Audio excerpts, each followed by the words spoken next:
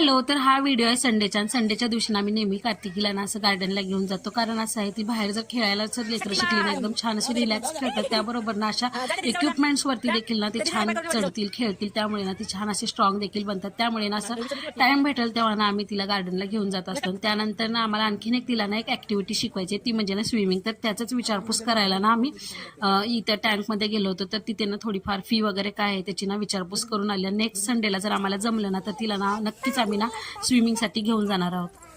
त्यात पोहायचं, हा त्यात पाणी टाकायचं आणि पोहायचं. तू करणार ना स्विमिंग? नास्त पाण्यात पोहणार ना? त्यानंतर आणखीन एक काम होतं. तर घरातलं ना थोडंफार जे सामान होतं ना ते देखील आणायला जायचं होतं. सिटी बाजारला आलं होतं. तिथे ना संडेमुळे ना भरपूर गर्दी होती. त्यानंतर ना काय थोडंसं सामान वगैरे घेतलं आणि त्यानंतर ना घरी आलो. घरी आल्यावरती ना मला ते सामान लगेच ना जागच्या जागी ठेवून द्यावं वाटतं. कारण ना दुसऱ्या दिवशीवरती ते ढकललं ना तर ते काम दुसऱ्या दिवशीचं देखील ना रद्द होऊन जातं. त्यामुळे ना पटकन आल्यावरती सगळं सामान ठेवून घेतलं.